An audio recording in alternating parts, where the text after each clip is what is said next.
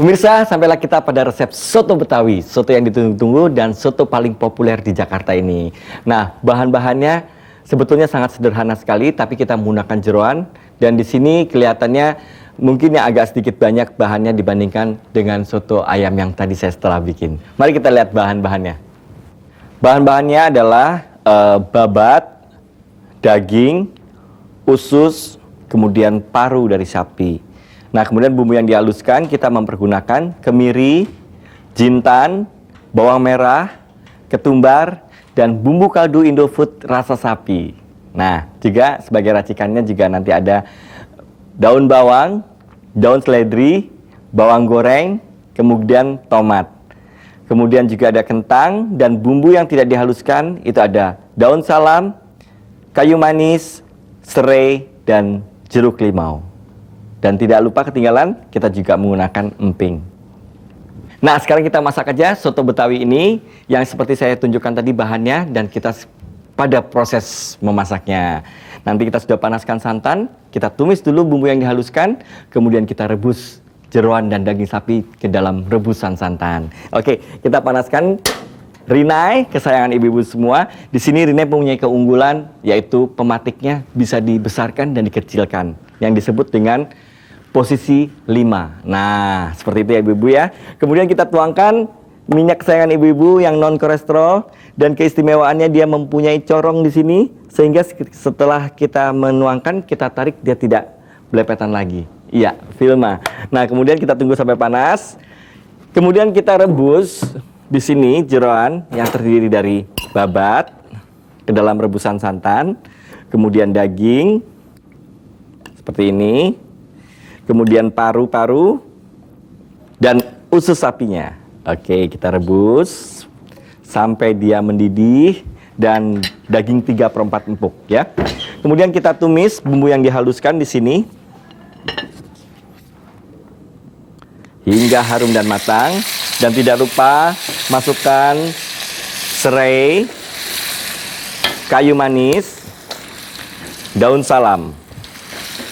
Ya, kita tumis sampai harum dan matang. Iya, seperti ini kita tumis ya pemirsa. Di sini untuk mendapatkan hasil yang benar-benar enak, tumisan ini juga harus bagus menumisnya. Pertama, dia benar-benar matang supaya bau bumbunya atau bau langunya hilang. Dan kedua, aromanya harus sedap dan wangi. Iya, kita tumis terus sampai yang saya sebutkan tadi. Sambil menunggu ini dikumis, kita ambil bumbu kaldu Indofood yang sapi. Ya, karena ini bahan-bahannya terbuat dari sapi, kita mempergunakan bumbu kaldu Indofood yang sapi.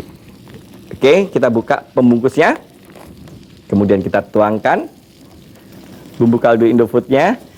Nah, tips untuk membuat soto yang enak adalah kita harus lama merebus kaldunya, atau merebus dagingnya, atau merebus tulang-tulang atau misalkan ayam sekalipun harus lama. Karena apa? Di sini supaya aroma kaldunya semakin enak. Apalagi ditambahkan dengan bumbu kaldu Indofood, rasa gurihnya semakin mantap. Iya. Kemudian kita aduk lagi tumisan ini. Kalau saya cium kayaknya baunya sudah luar biasa nikmatnya. Tapi kita tuangkan sedikit air supaya kita bisa mengangkat kerak dari tumisan bumbu ini supaya ikut terbawa oleh pembuatan ya soto Betawi tadi. Ya, dengan ini kita aduk-aduk sampai dia rata dan keangkat karena kerak ini adalah poin tersendiri untuk rasanya ya. Dia mempunyai cita rasa yang luar biasa di sini. Dan soto pun bisa bertambah gurih. Iya. Seperti ini.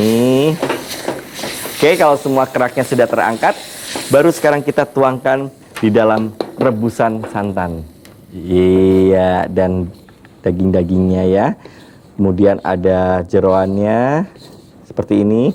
Sambil memberikan bumbu tersebut, kita aduk-aduk supaya bumbunya merata dan meresap merata ke dalam bahan-bahan yang sudah kita rebus seperti ini ya. Oke, kita tunggu sesaat, jangan lupa ditutup supaya dia menyerap ke dalam bumbunya. Ya, kita buka, mungkin dia sudah matang ya. Ini sudah mulai empuk ya pemirsa. Kita ambil sekarang seperti usus. Kemudian babatnya. Ya. Dan daging. Kemudian kita potong-potong biar dapat digoreng. Kemudian kita sudah siapkan minyak goreng Vilma yang sudah dipanaskan. Seperti ini. Ya. Kemudian daging yang sudah kita ungkep dengan bumbunya tadi, dengan kuah sotonya bisa kita goreng. Seperti ini. Sampai dia cukup kekuningan saja. Usus. Kemudian daging.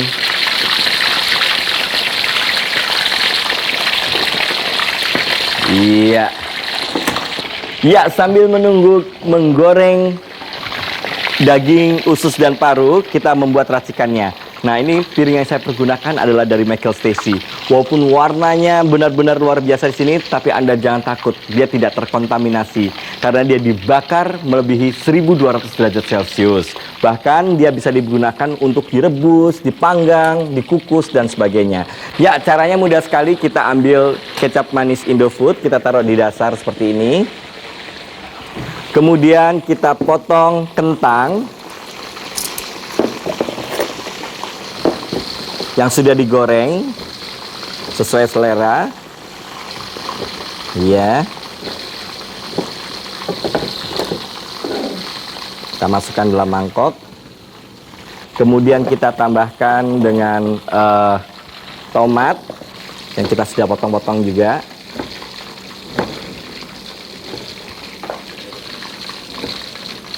Kita masukkan dalam mangkok lagi. Tomat.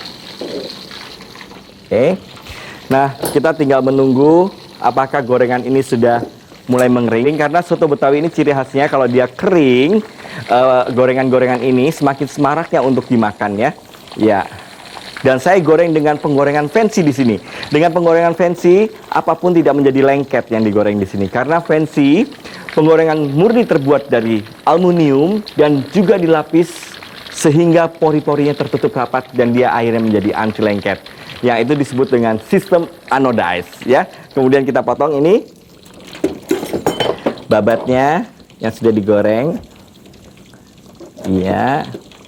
Menurut selera. Seperti ini. Kemudian nanti kita ambil usus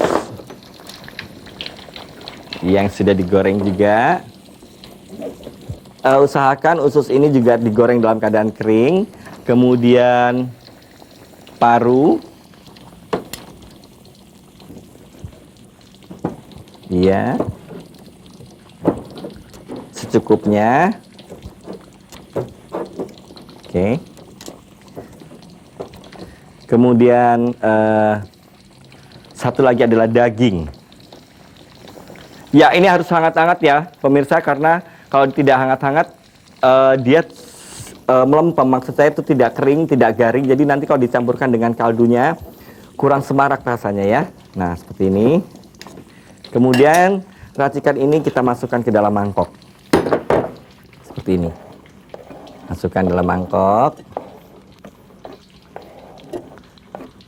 Ya, campuran jeroan sapi ini. Kemudian kita tabur dengan seledri. Kemudian kita kasih bawang goreng. Bawang goreng. Kemudian kita masukkan daun bawang dalam rebusan kaldu dari bumbu atau soto Betawi. Kita aduk sesaat. Jangan lupa tambahkan garam dan gula. Garam. Kemudian gula pasir sedikit. Oke. Kita aduk rata sampai daun bawangnya cukup layu. Baru kita tuang ke dalam racikan soto Betawi ini. Iya. Oke. Waduh, luar biasa sekali.